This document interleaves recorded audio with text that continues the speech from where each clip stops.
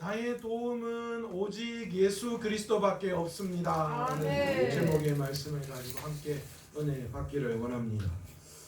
신앙생활에 있어서 아무리 강조해도 지나치지 않는 것 세 가지가 있습니다. 뭡니까? 첫 번째, 말씀. 따라해 보십시오. 말씀. 기도. 예배. 예, 이것은 우리의 신앙생활에 있어서 가장 기본입니다. 그런데 저는 여기서 딱 한 가지를 더 넣고 싶습니다. 그게 뭐냐 하면 감사입니다. 우리의 신앙생활에 있어서 말씀과 기도와 예배가 이루어졌다면 그것이 당연히 무엇으로 나타나느냐? 우리의 삶에 감사의 입술로 나타나더라라는 것이죠. 아멘. 여러분, 지난 한 주간 무엇이 여러분 앞에 그렇게 감사했습니까?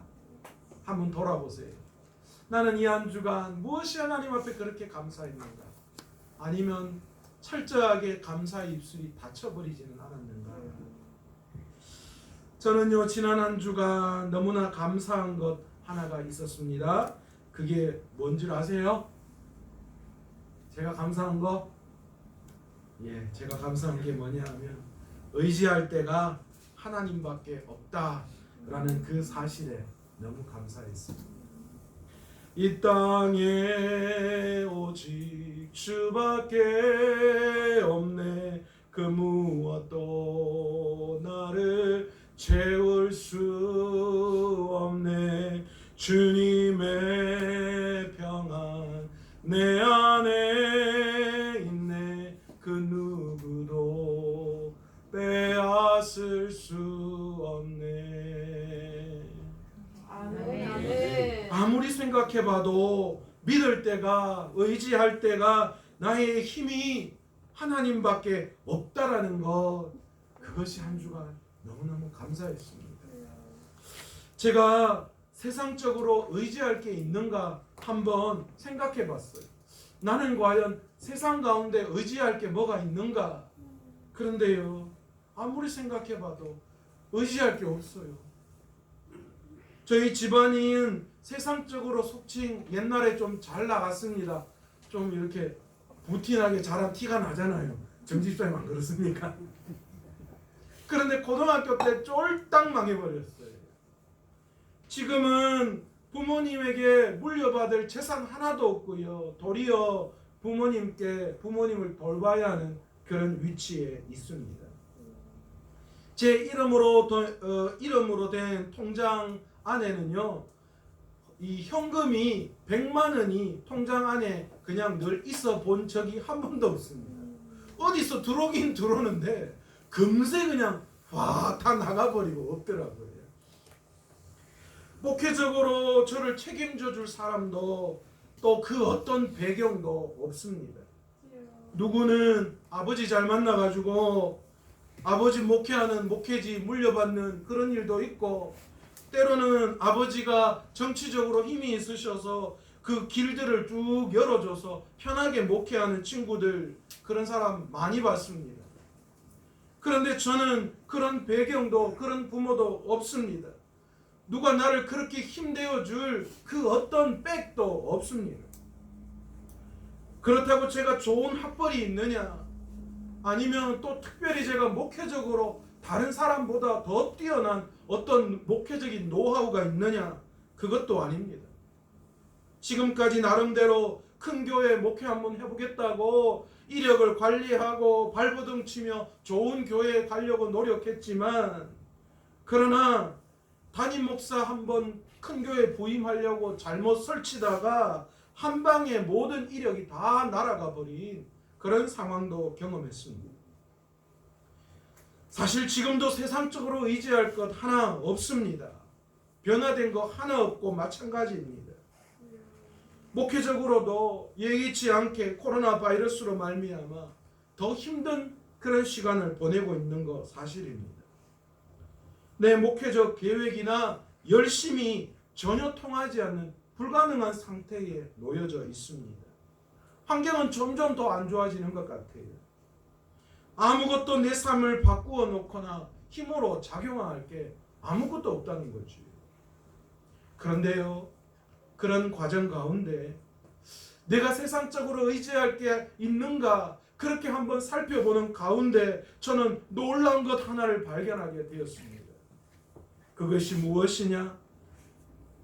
감사할 수밖에 없는 나에게 감사할 수밖에 없는 그 무엇. 아무것도 내 삶을 바꾸어 놓거나 힘으로 작용할 수 없지만 그럼에도 불구하고 내가 유일하게 아는 분, 나의 힘이 되어 주시는 분, 나를 끝까지 붙들고 계시고 축복해 주시는 분, 그분이 계시다는 것이지. 그분은 저를 한 번도 실망시킨 적이 없으십니다. 그분은 저를 한 번도 혼자 내버려 두신 적이 없으세요. 그분은 보이지 않는 곳에서 저와 함께 하시고 저를 보호하셨고 저의 지팡이가 되어 주셨고 저의 어두운 길을 환하게 밝혀 주신 분이셨습니다. 아멘. 아멘. 그분이 누구십니까? 바로 하나님이시다. 아멘. 그러면서 저는 이런 감사가 나왔습니다. 이 땅에서 내가 의지할 분은 오직 주님밖에 없는 것에 대한 감사가 흘러나왔습니다. 아멘. 여러분, 의지할 때가 하나님밖에 없는 것이 축복입니다. 아멘. 아멘. 나는 어째서 세상에 이렇게 믿을 구석이 하나도 없노? 이렇게 원망하는 분들 계십니까? 여러분, 여러분이 원망하는 그 고백이 축복인 줄 믿으시는 여러분 되시기를 원합니다. 아멘. 아멘. 여러분, 세상적으로 의지할 구석, 믿을 구석 많은 것. 여러분, 그게 지금 우리가 생각한 데는 그것이 행복처럼 느껴지지만 그러나 여러분, 그게 불행이에요. 하나님 말고도 내가 은근히 의지할 때가 있다라는 것, 여러분 신뢰할 구석이 있다는 것, 여러분 그게 우리의 불행의 시작입니다. 여러분, 무엇이 여러분의 마음을 빼앗고 있습니까? 지금 이 시간 여러분의 중심을 한번 살펴보기를 원합니다. 내가 하나님 외에 의지할 그 어떤 구석이 있는지, 나를 책임져 줄 든든한 힘 있는 사람, 여러분을 책임져 줄 그런 사람이 있습니까? 아니면 돈 많은 후견인이라도 하나 있습니까? 아니면 정치적인 힘이 있는 권력을 가진 사람이 있습니까? 아니면 때로는 여러분 우리가 그런 사람을 지금 구하고 있지는 않습니까? 뭐든지 다 해줄 수 있는 힘과 재력을 가진 부모님 있으십니까? 내가 말만 하면 삼성 가문처럼요, 막 엄청난 의리의리한 그런 부모님이 계셔서 나를 끝까지 책임져 줄 그런 상황이 여러분의 믿음의 대상입니다. 아니면 화려한 학벌, 내놓으라는 직업, 아니면 누구도 가지고 있지 않는 그런 기술, 그것이 여러분의 의지의 대상입니까? 아니면 저처럼 완벽한 몸매와 얼굴을 가지고 있는 것, 여러분 그게 여러분의 의지의 대상입니까? 하나님보다 더 의지하는 것, 여러분 하나님보다 여러분이 더 믿고 있는 것, 그것이 하나님 앞에서는 모두가 다 우상임을 하나님 분명히 말씀하고 있습니다. 아멘. 그러니까 우리의 삶에서는 하나님 말고 의지할 게 하나도 없어야 되는 거예요. 아멘. 내가 그 어떤 것도 의지의 대상이 되는 그 순간 그게 우상이에요. 어떤 목사님이요, 학벌도 좋고 재능도 있고 얼굴도 잘생겼고 몸매도 좋고 설교도 얼마나 잘하는지요. 그런데 안타까운 것은 목회가 성공하지 않아요. 자꾸만 뒷걸음질 치는 거예요. 그래서 그 이유를 알아봤더니만요, 좀 안 되면, 좀 실패하면 자꾸만 뭐가 나오느냐, 내가 가지고 있는 세상적인 의지, 색상적으로 의지할 그것들을 의지하는 거예요. 여러분, 그런 의미에서 여러분은 저를 향하여 안심해도 좋습니다. 저는 뭐 그런 게 하나도 없어요. 저는 의지할 게 주님밖에 없어요. 아멘.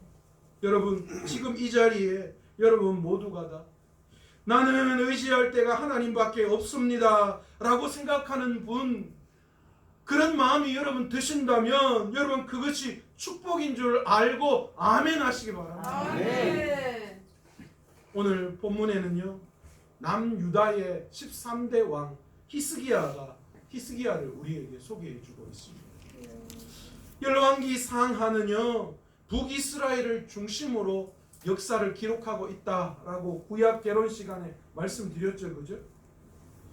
이 북이스라엘을 중심으로 이스라엘의 왕들을 소개하고 있는 이야기가 열왕기 상하인데, 이 열왕기 상하를 간단하게 세 부분으로 나누면 열왕기상 1장에서 11장까지는 통일 왕국 시대 사울과 다윗과 솔로몬 왕에 대한 이야기를 하고 있어요. 그리고 이어서 열왕기상 12장부터 열왕기하 17장까지는 무슨 이야기를 하고 있느냐? 남북 왕국의 분열된 분열 왕국 시대의 왕들의 이야기를 하고 있습니다. 그리고 열왕기하 18장부터 시작해서 25장까지는 북이스라엘이 아수르에 망하고 남유다가 바벨론에 망해버리는 안타까운 역사를 기록하고 있는 내용이 바로 열왕기 상하의 내용입니다. 그 중에서 오늘 본문은 이 왕들 이야기 속에서 남유다의 왕이었던 히스기야 왕에 대해서 종합적으로 평가 내리는 장면부터 시작하고 있어요. 그런데 히스기야 왕을 본문에서는 무엇이라고 평가하고 있는가 하면 오늘 본문 3절에 보시면 뭐라고 이야기합니까? 히스기야가 그의 조상 다윗의 모든 행위와 같이 여호와 보시기에 정직하게 행하며, 그렇게 말씀하고 있죠. 열왕기 저자는 남북 왕조의 역대 왕들을 평가할 때에 일관된 기준 하나를 선택해 놓고 있습니다. 그 기준이 무엇이냐? 악한 왕을 평가할 때는 누구요? 여로보암의 죄라고 평가합니다. 그래서 대부분 북이스라엘 왕들은 다 뭐예요? 그가 여로보암의 죄악을 따랐으며 그렇게 그 길로 걸어갔으며 이렇게 이야기합니다. 그런데 선한 왕들을 평가할 때는 누구를 대두시켜요? 다윗을 이야기합니다. 다윗의 행위대로 따랐으며 그렇게 이야기하죠. 그런데 오늘 본문에서는 히스기야 왕을 평가할 때에 누구를 등장시킵니까? 다윗을 등장시킵니다. 다윗의 모든 행위라고 이렇게 정의 내리고 평가하고 있는 것입니다. 히스기야는 하나님 앞에서 선한 왕이었음을 이 열왕기 저자가 말씀하고 있습니다. 사실 북이스라엘은 하나님 보시기에 선한 왕이 하나도 없었어요. 반면에 남유다는 그래도 몇 명의 선한 왕이 있었는데 우리가 잘 알고 있는 아사 왕, 그리고 또한 요시야 왕, 그리고 이 히스기야 왕, 이 사람들이 대표적으로 남유다의 선한 왕에 속하는 왕들입니다. 히스기야가 왜 하나님 앞에서 선한 왕으로 기록되어져 평가받을까요? 오늘 본문 4절에 그 이유를 말씀하고 있습니다. 먼저 뭐라고 이야기합니까? 산당을 제하며 주상을 깨뜨렸다, 그렇게 이야기를 합니다. 여러분, 산당은 당시 반여호와 신앙을 상징하는 대표적인 장소이기도 했습니다. 여기에는 다양한 이방 신상들이 세워져 있었습니다. 그런데 여러분, 사실 이 산당은요, 이 통일 왕국 시대 초기에만 해도요, 그러니까 이 사울, 다윗, 솔로몬 이 시대만 해도, 그러니까 성전이 지어지기 전에만 해도 이 산당은 이 하나님을 예배하는 그런 예배의 장소로 대신했다라는 것이죠. 그런데 이 왕국이 분열하면서 어떤 일이 일어났는가? 그 산당이 이방 종교가 이스라엘에 돌아오면서 그 산당이 혼합주의, 그러니까 하나님과 이방신을 겸하여 섬기는, 그래서 점점 이방신들이 그 산당을 차지해버리는 그런 안타까운 장소로 전락해버리고 말았다라는 것입니다.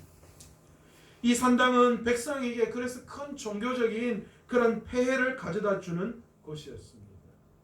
히스기야가 그래서 바로 이 산당을 제하여 버렸다, 그렇게 이야기하죠. 그러면서 히스기야는 아버지가 닫아버렸던 성전의 그 문을 활짝 열어서 적극적으로 성전 예배가 회복될 수 있도록 했습니다. 다음으로 히스기야가 주상을 깨뜨렸다 그렇게 이야기합니다. 여러분, 이 주상은 다른 말로 이야기해서 기둥을 이야기하는 거예요. 당시 바알 숭배와 관련하여 세워진 기둥을 가리키는 말입니다. 이러한 주상은 주로 산당에 세워진 기둥을 말하는 것이고, 그 기둥에 이방 신상들이 새겨져 있었다라는 것이죠. 바로 산당을 제하여 버리면서 산당의 기둥인 바로 이런 주상들을 다 깨어 부숴버렸다라는 거예요. 그리고 아세라 목상을 찍었다 그렇게 이야기를 합니다. 여러분, 이 아세라 목상은 북이스라엘에서 섬기는 대표적인 신 가운데 하나입니다. 당시 남유다에도 상당히 영향력이 있었던 이방 신 중에 하나였습니다. 다산과 풍요를 상징하는 신으로서 바알과 더불어 가나안을 대표하는 우상신입니다. 이 아세라 목상은 아합 왕과 이 시돈의 공주인 이세벨과 결혼함으로 말미암아 이 가나안 우상인 이세벨, 이 가나안 우상인 이 아세라가 이 북이스라엘에 들어오기 시작했고요. 이 아합 왕과 이세벨 사이에 태어난 누굽니까? 이 딸인 아달랴가 누구와 정략 결혼을 합니까? 남유다의 여호람 왕과 결혼을 하게 되죠. 그러면서 북이스라엘에 만연했던 아세라 신상이 남유다에게도 들어오기 시작합니다. 그래서 이 남유다의 고질적인 그런 이방 신의 자리를 차지하고 말았죠. 그러니까 이것을 히스기야가 과감하게 제거해 버렸다라고 이야기합니다. 또 오늘 본문에서는 모세가 만들어 놓았던 놋뱀을 부수었다 그렇게 이야기를 하고 있습니다. 그런데 사실 이 놋뱀은 여러분 뭡니까? 민수기 21장에 나오는 놋뱀 사건이잖아요. 이스라엘 백성들이 홍해를 건너 광야를 행진하는데 물도 없고 먹을 게 없으니까 뭐라고 하나님과 모세에게 원망을 내어놓습니까? 이래가지고 우리가 차라리 애굽에서 죽는 것이 낫지 이게 무슨 꼴이냐고 이렇게 원망을 하자 하나님이 징계로 불뱀을 그들에게 보내어서 물려서 죽게 합니다. 이스라엘 백성들이 회개하고 모세가 하나님 앞에 기도했더니만 하나님이 모세에게 뭐라고 이야기합니까? 노스로 불뱀을 만들어서 장대에 걸어놓고 모든 백성들이 그것을 보면 너희가 나을 것이다, 구원을 받을 것이다 그렇게 말씀하셨습니다. 그렇게 만들어진 것이 놋뱀이죠. 그런데 여러분 이상하지 않습니까?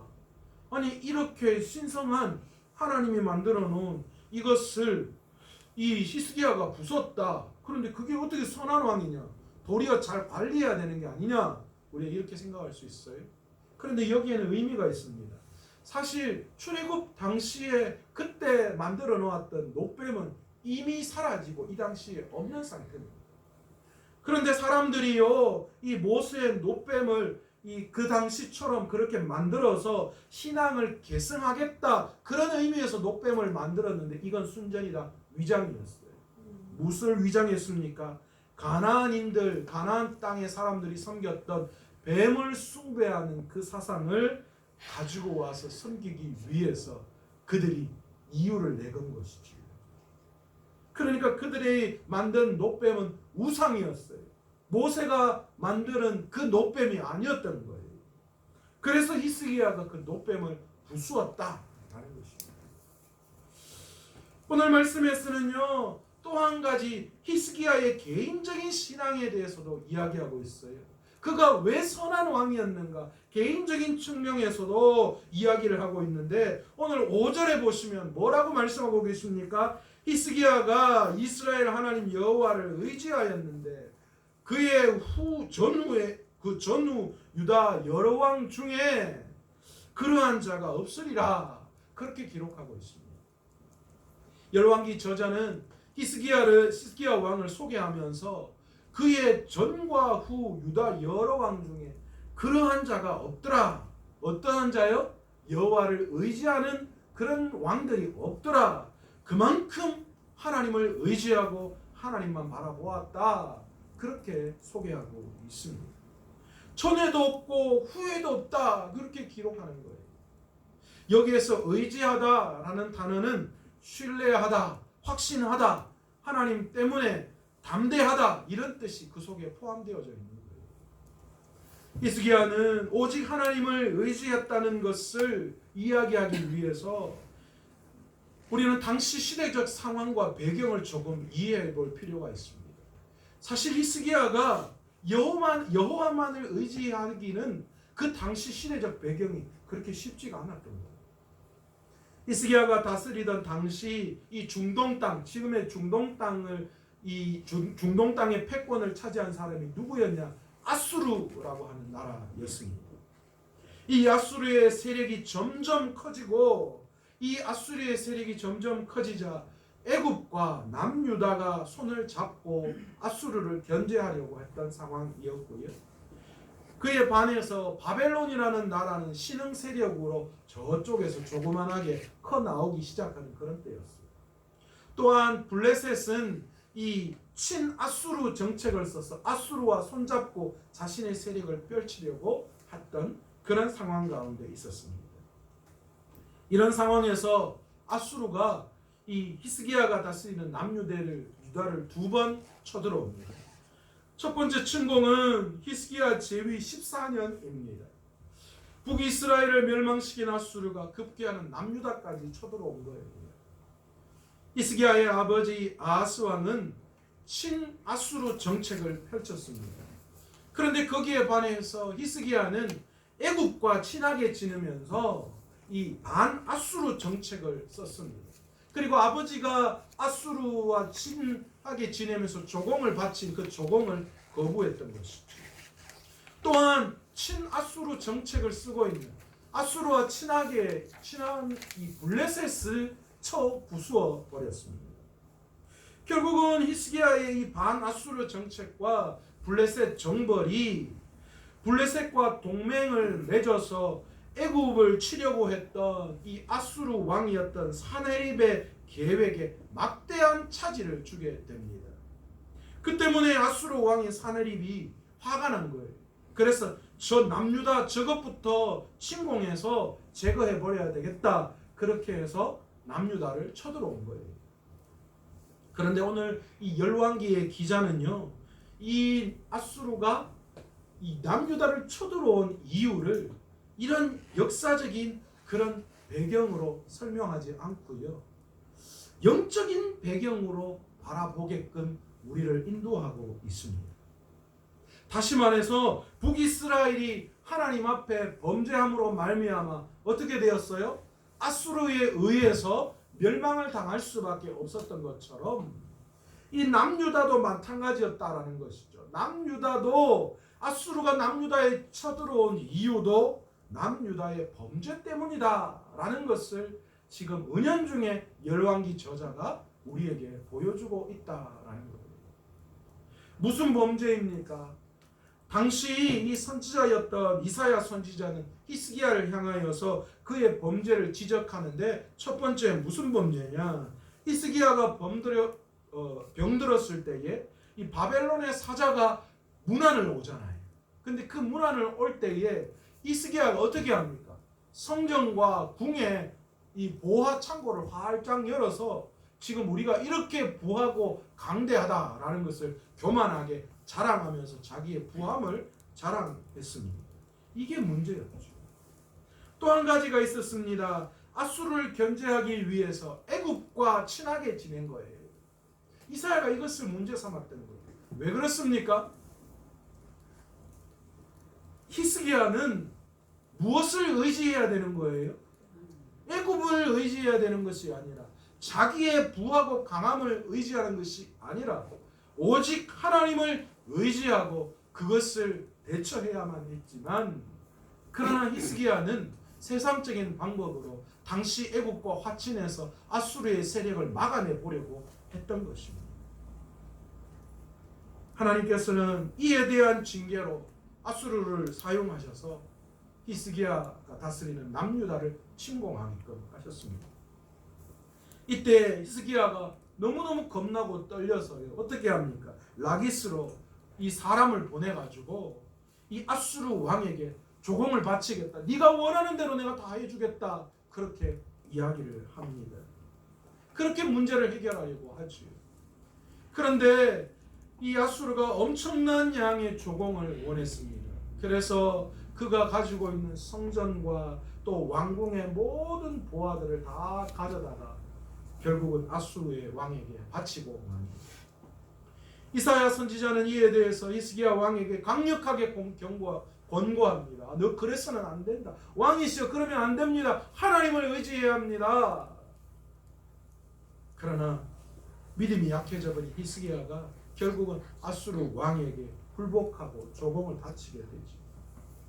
그러나 이런 엄청난 대가를 지불하고 얻은 평화는 얼마 가지 않아 깨어져 버리고 말았습니다. 아수르가 다시 남유다를 두 번째 침공해 옵니다. 학자들이 이야기하건대 1차 침공이 있고 건 한 2년 정도 지나지 않았는가 그런 이야기를 하더라고요. 인간적인 방법을 동원해 평화를 얻은 것은 얼마 가지 않습니다. 그러나 히스기야의 믿음은 그 사이에 점점 하나님을 향해 나아가고 있는 것을 볼 수 있습니다. 이제는 그 어떤 나라도 의지하지 않고 스스로 하나님을 의지하면서 반아수르 정책을 펴 나갔습니다. 이에 대해서 아수르 왕의 신하들이 대군을 이끌고 히스기야가 다스리는 남유다로 쳐들어옵니다. 오늘 본문 18장 18절에 보시면 거기에 언급된 이 아수르의 이 왕들의 신하들이 등장합니다. 다르단, 랍사리스, 그리고 랍사게 이런 사람들이 등장하죠. 그런데 우리가 알아야 할 것이 하나 있습니다. 이 이름들은요, 사실은 이 아수르의 왕의 신하들의 이름이 아니라 관직이었음을 우리가 알아야 합니다. 그러니까 다르단이라고 하는 것은 사람 이름이 아니라 최고 사령관을 일컫는 이 직책이에요. 그리고 랍사리스라고 하는 것은 왕의 술 맡은 관원장, 그리고 랍사게는 한마디로 말해서 비서 정도 됐던 거예요. 대내외 정책과 이 어떤 그런 것들을 관계하는 그런 사람들, 그런 일을 하는 사람이었다라는 거죠. 물론 당시에는 이제 고대부터 내려오는 직책이었기 때문에 이 술 맡은 관원장이 막 진짜 술만 관여하는 그런 사람이 아니고 그만큼 중요한 일을 맡고 있다라는 것을 의미하는 관직입니다. 그런데 이 중에서 랍사게라고 하는 이 사람이 남유다의 군사적 그리고 외교적 종교적인 측면 모두를 가지고 조롱과 비난을 퍼붓기 시작합니다. 히스기야 왕에게. 그러면서 하나님을 모독합니다. 그런데 이런 절체절명의 순간 히스기야는 어떤 방법을 취하고 있습니다. 예전에 히스기야가 아니었습니다. 다른 나라도 자신의 힘도 세상의 그 어떤 것도 의지하지 않고 오직 여호와 하나님만을 의지하는 모습을 보이고 있습니다. 지난 1차 때에 그는 수없이 많은 조공을 바쳤지만 전혀 해결되지 않은 그 모습 속에서 점점 하나님을 향한 믿음이 쌓이기 시작했던 거예요. 그래서 이제는 세상적인 방법이 아니라 오직 하나님만을 의지하고 그 문제를 풀어야 되겠다라는 그런 생각이 그에게 드는 거예요. 그 마음속에 믿음이 들어갔어요. 어쩌면 지금 남유다와 아수르는 상대가 되지 않는 상태입니다. 아수르가 마음만 먹으면 남유다를 쑥대밭으로 만들어버릴 그런 상황에 있습니다. 그런데 놀랍게도 이때 히스기야가 취한 태도는 정말 놀랍습니다. 오늘 이 열왕기하 19장 14절에 보시면 히스기야가 사자의 손에서 편지를 받아보고 여기에 랍사게가 조롱 섞인 말로 한 편지예요. 보고 여호와의 성전에 올라가서 히스기야가 그 편지를 여호와 앞에 펴놓고 그 앞에서 히스기야가 기도하여 이르되, 놀랍지 않습니까?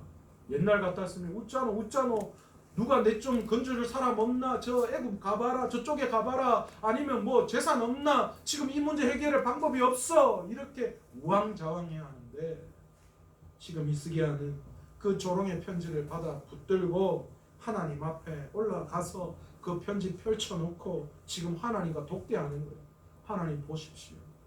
이 아들이 지금 이렇게 나를 조롱하고 이 나라를 조롱하고 극기와 하나님을 조롱하는 이 판에 서 있습니다. 하나님 어떻게 하시겠습니까? 그러면서 19장 19절에 뭐라고 이야기하느냐? 우리 하나님 여호와여 원하건대 이제 우리를 그의 손에서 구원하옵소서. 아멘. 그리고 하나님이 하나님 됨을 그들에게 보여 주옵소서. 아멘. 그렇게 말씀하십니다.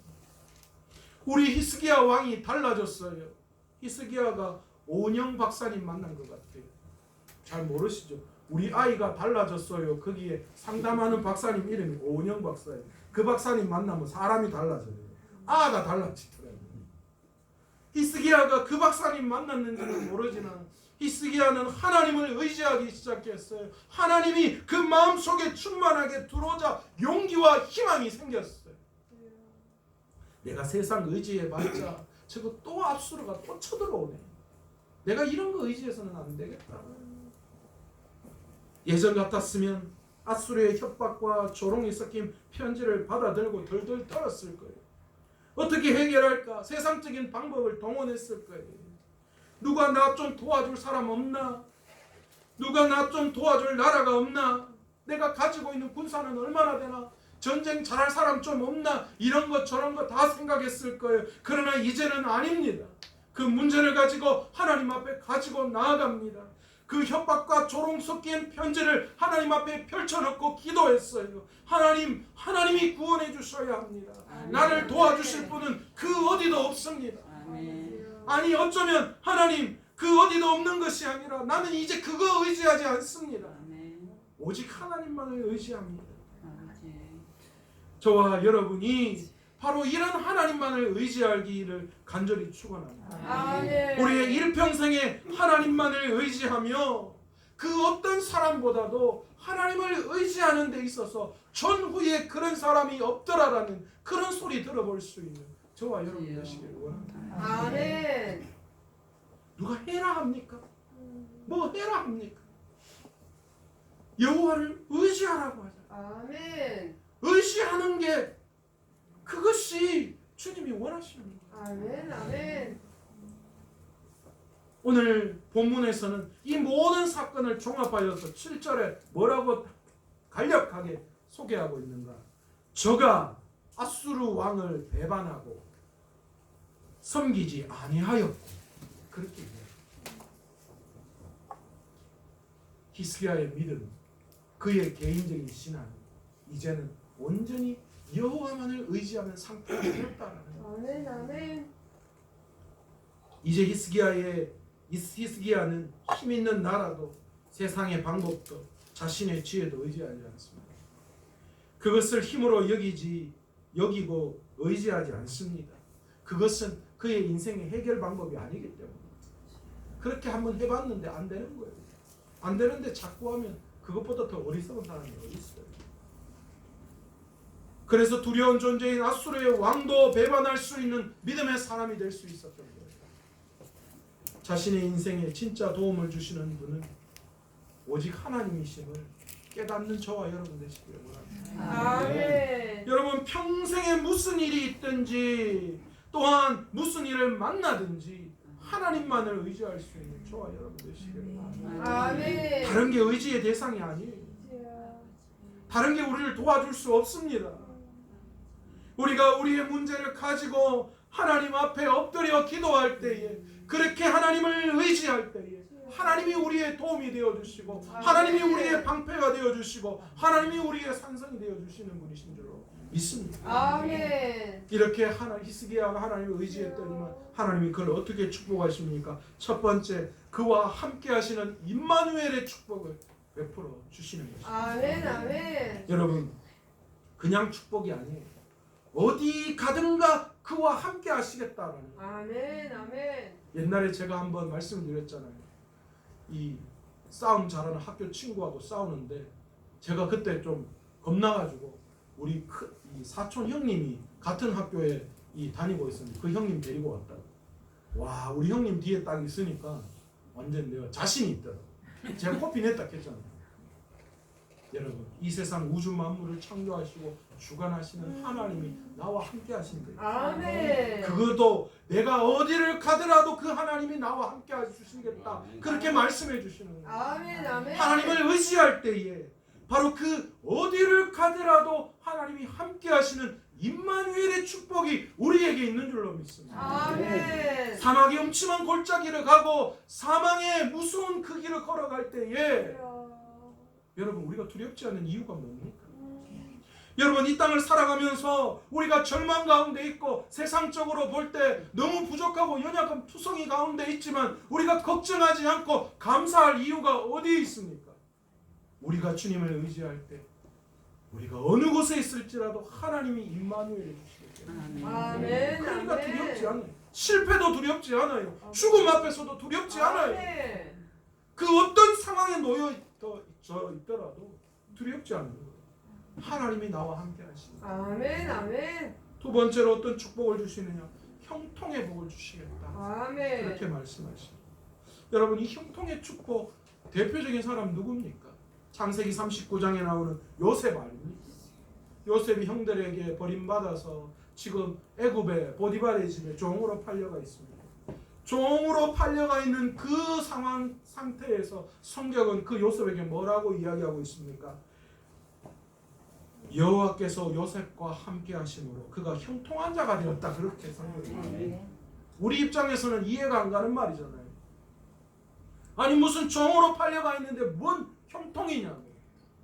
그런데 놀랍게도 하나님이 어떻게 그를 형통해 주시느냐. 39장 창세기 39장 3절에 보시면 그의 주인이 여호와께서 그와 함께 하심을 보며 또 여호와께서 그의 범사에 형통케 하심을 보았더라. 이게 무슨 말이에요? 요셉이 하는 것마다 잘 되는 것을 주인과 그 이웃 사람들이 다 보았다라는 거예요. 아멘. 지금 요셉은 종으로 팔려가 지금 종의 모습에 있지만 그러나 그것은 그의 끝이 아니라는 거예요. 그것은 하나님의 계획 가운데 놓여져 있는 하나의 과정에 불과하다는 거예요. 그걸 어떻게 할 수 있느냐? 그것이 저주가 아니라 축복임을 어떻게 하느냐? 사람들이 요셉이 행하는 대로 그대로 다 잘 되는 것을 보았습니다. 아멘. 아멘. 여러분 이게 믿는 자가 누리는 형통의 복인 줄로 믿습니다. 아멘. 내 상황과 여건은 변함이 없어요. 여전히 부족하고 연약한 투성이에요. 그러나 그 중에서도 하나님이 함께 하실 때에 하나님이 그 모든 것들을 가능하게끔 인도해 내시는 거예요. 아멘. 제가 아까 말씀드렸습니다. 제 통장에 돈이 100만 원이 머물러 있는 걸 보지 못했다. 그런데 여러분 지금까지 제 인생을 돌아볼 때에 내가 꼭 필요해서 해야 할 때 하나님의 일을 감당하고 해야 할 때 하나님 부족해서 못한 적 한 번도 없더라고요. 그거 막으시는 것은 그게 내한테 굳이 필요 없기 때문에 막으셨고 정말 필요하고 해야 할 일들을 하나님이 어떤 방법으로도 열어주시고 해결해 주시고 아멘. 여러분 이게 형통 아닙니까? 아멘. 이게 그 당시 요셉이 누렸던 형통이에요. 아멘. 하나님은 히스기야에게 바로 이 축복을 주시겠다. 어디를 가더라도 네가 형통하게끔 내가 해주겠다. 그렇게 아멘. 말씀하는 거예요. 어떨 때요? 하나님을 의지할 때 아멘. 그렇게 아멘. 해주시겠다 말씀하고 계십니다. 말씀을 맺도록 하겠습니다. 여행을 가다 보면 가이드를 누구를 만나느냐에 따라서 참 이 여행이 달라져요. 그죠? 뭐 특히 해외 여행을 가든가 그래서 전혀 완전히 문화가 다르고 언어가 다르고 그런 상황에서는 어떤 가이드를 만나느냐가 정말 중요해요. 정말 좋은 가이드 만나면 그 여행 자체가 너무너무 기쁘고 행복하고 그래요. 그런데 가이드 잘못 만나면 그 여행은 완전히 조진 거예요. 그죠? 아무리 좋은 하와이를 갖다 놓는다 하더라도 짜증 투성이일 수밖에 없어요. 여러분 우리는 인생이라는 여행을 지금 하고 있는 거예요. 한 번도 살아보지 않은, 한 번도 가보지 않은 그런 인생, 그 인생이라는 그 여행을 우리가 지금 하고 있는 거예요. 여러분 이 인생이라는 여행에 누구를 가이드로 삼으시겠습니까? 누구를 가이드로 삼아 의지하시겠습니까? 세상이라는 것을 가이드 삼아서 일평생 우리 인생의 여행을 짜증나고 불쾌하고 힘들고 어려움으로 채워가시겠습니까? 아니면 이 세상 우주 만물의 주인이신 하나님은 우리의 인생의 여행 가이드로 삼으셨습니다. 일평생 부족하고 연약하지만 주님이 주시는 기쁨과 또 주님이 주시는 은혜로 채워나가고 그래서 그 인생을 기쁨으로 살아가시길 원하십니다. 아멘. 여러분 오늘 이 시간 우리의 인생의 여행의 가이드를 주님으로 삼고 아멘. 일평생 그 주님만 의지함으로 말미암아 임마누엘의 하나님의 축복과 아멘. 형통케 하시는 하나님의 축복을 아멘. 마음껏 누릴 수 있는 그런 저와 여러분 되시기를 간절히 축원합니다. 아멘. 우리 전능하신 하나님은 넘지 못할 일이 없는 줄로 믿습니다. 아멘. 그리고 우리가 믿음으로 그 말씀에 의지하여 순종할 때 하나님께서 다 해결해 주시고 하나님께서 다 인도해 주시는 줄로 믿습니다. 아멘. 아멘. 그 의지가 안 되기 때문에 지금 우리의 삶이 이런 거예요. 오늘 이 시간 다시 한번 우리의 삶을 돌아보며 철저하게 말씀에 순종하며 우리 주님만을 의지할 수 있는 저와 여러분 되시길 원합니다. 아멘. 우리 찬양 한곡하면서 전능하신 나의 주 하나님